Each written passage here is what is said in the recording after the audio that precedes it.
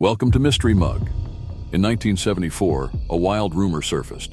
A Japanese soldier stranded on a remote Philippine island had been fighting a war that ended nearly 30 years ago.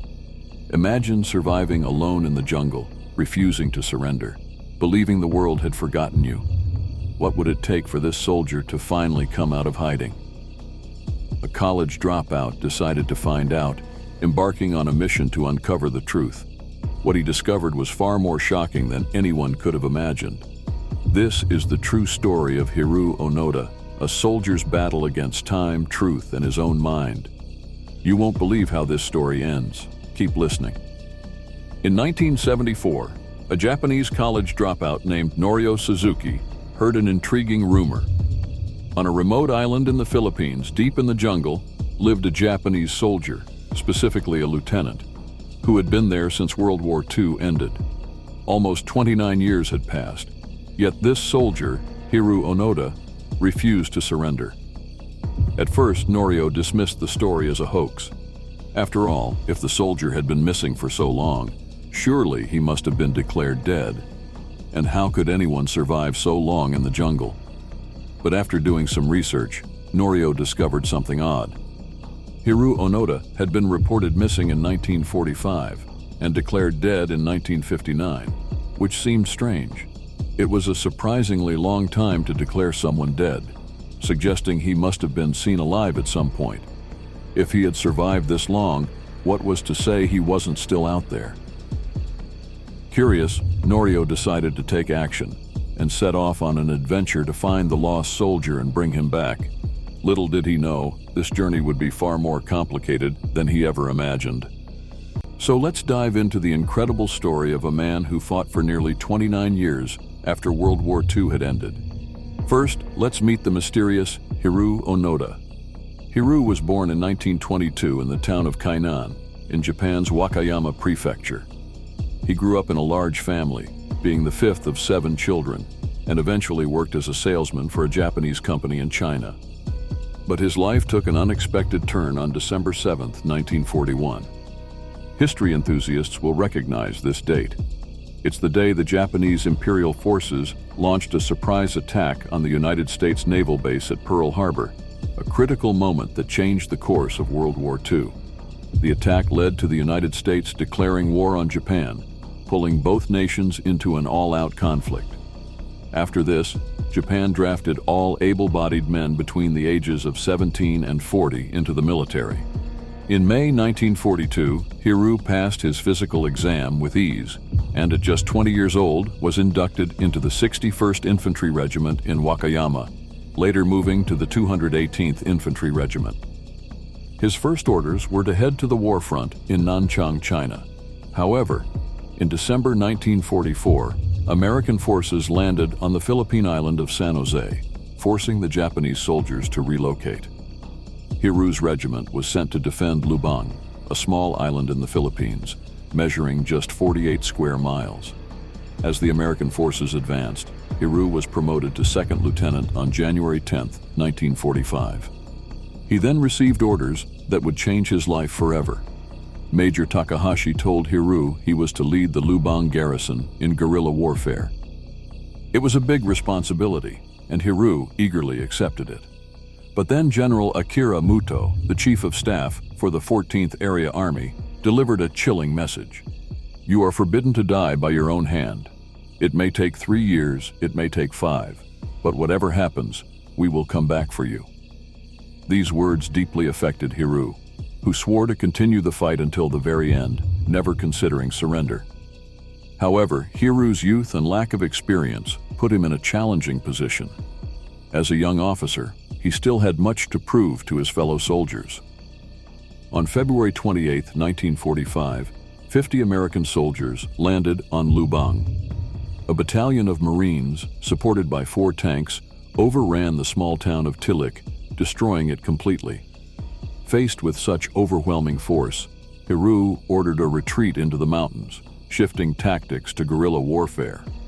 Guerrilla warfare isn't about hiding and wearing camouflage like a spy.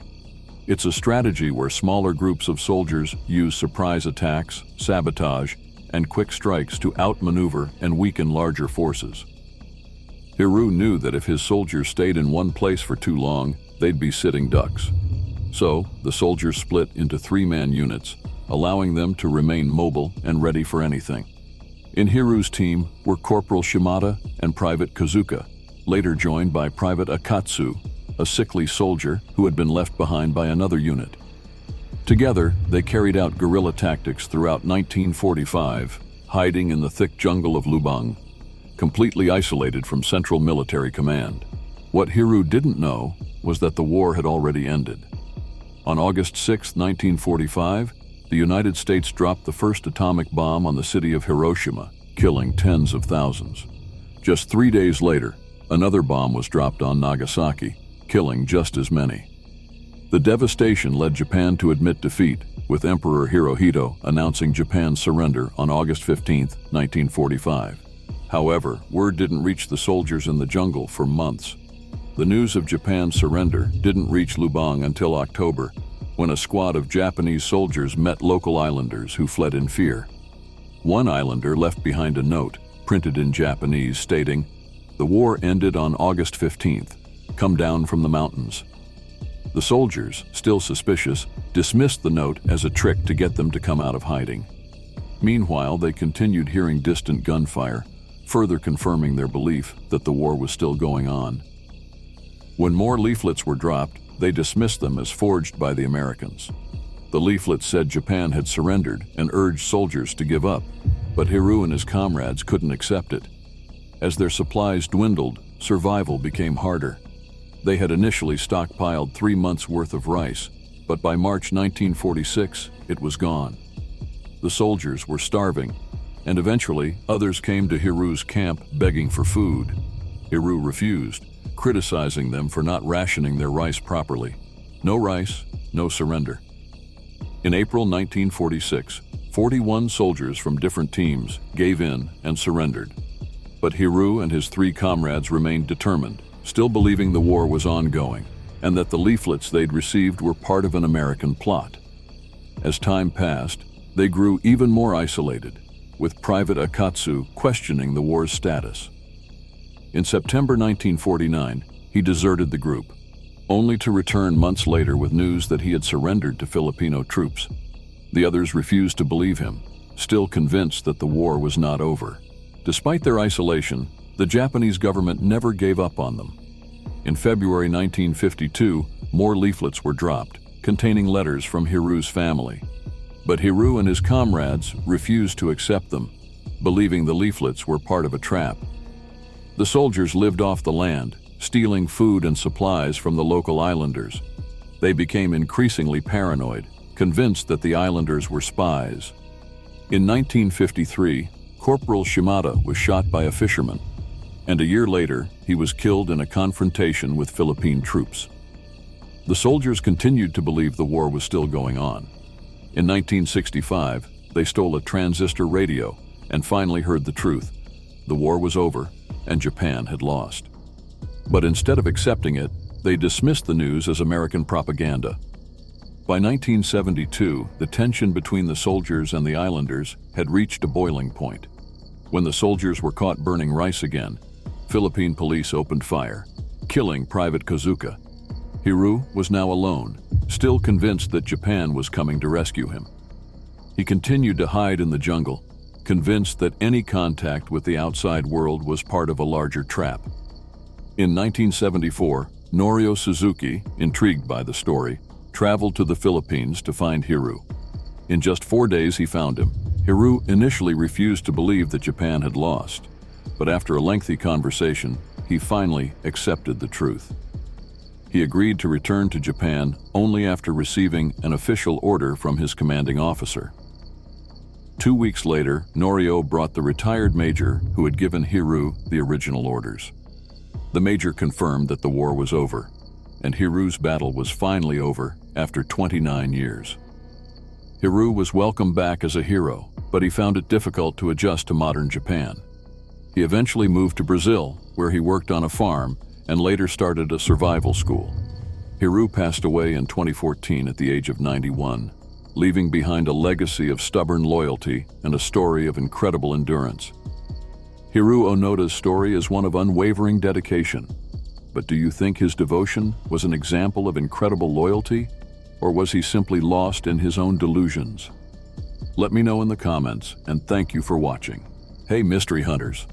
If you enjoyed unraveling today's mystery, don't forget to show some love by hitting that like button. It really helps us keep the adventures coming. Got your own theories or thoughts about today's topic? Drop them in the comments below. I'd love to hear from you.